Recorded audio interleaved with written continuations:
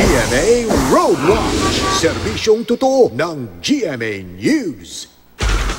Lunes na naman at silipin natin ang lagay ng traffic sa ilang pangunahing lansangan sa Metro Manila mula sa GMA Roadwatch. Ang nakikita niyo po ngayon ay live na kuha sa may EDSA Cubao. Yun pong nasa kaliwa ay mga patungo ng monumento, habang yung nasa kanan naman ay mga patungo sa Makati. Sa ngayon po ay medyo maluwag yung mga magtutungo ng Makati sa pamamagitan nitong EDSA dyan sa may Cubao area. Yung mga papasok po sa may Cubao Underpass ay may kaluwagan yung daloy ng mga sasakyan, maging yung bus lane ay medyo maluwag din po sa mga oras na ito. Habang yung kabilang linya naman po ay mas madami yung volume ng mga sasakyan sa mga manggagaling po ng Cubao at patungo sa direksyon ng monumento. Magtungo naman tayo sa EDSA Guadalupe.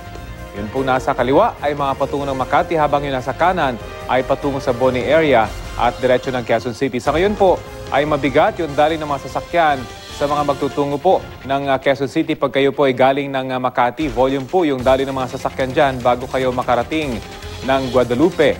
Habang yung kabilang linya naman po, yung mga manggagaling ng Quezon City at patungo sa direksyon ng EDSA ng Makati, sa pamamagitan ng EDSA Guadalupe ay maluwag yung daloy ng mga sasakyan pagkalagpas po ninyo ng Guadalupe area.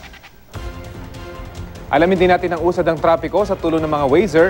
Ito po ang lagay ng trapiko sa may C5 Road sa bahagi niyang Tiendesita. Sa ngayon po ay napakabigat ng daloy ng mga sasakyan sa mga galing po ng Quezon City at patungo sa direksyon ng Pasig at Makati. Nasa 9 km/h lamang po yung naitatalang average speed ng ating mga Wazer. Habang yung kabilang linya naman po ay walang naitatalang pagsisikip ng daloy ng mga sasakyan o naire-report yung ating mga Wazer. Habang yung Ortigas Avenue naman, pag kayo po ay galing ng Ortigas mismo at patungo sa direksyon ng Marikina ay medyo mabigat din po yung daloy ng mga sasakyan sa magkabilang linya.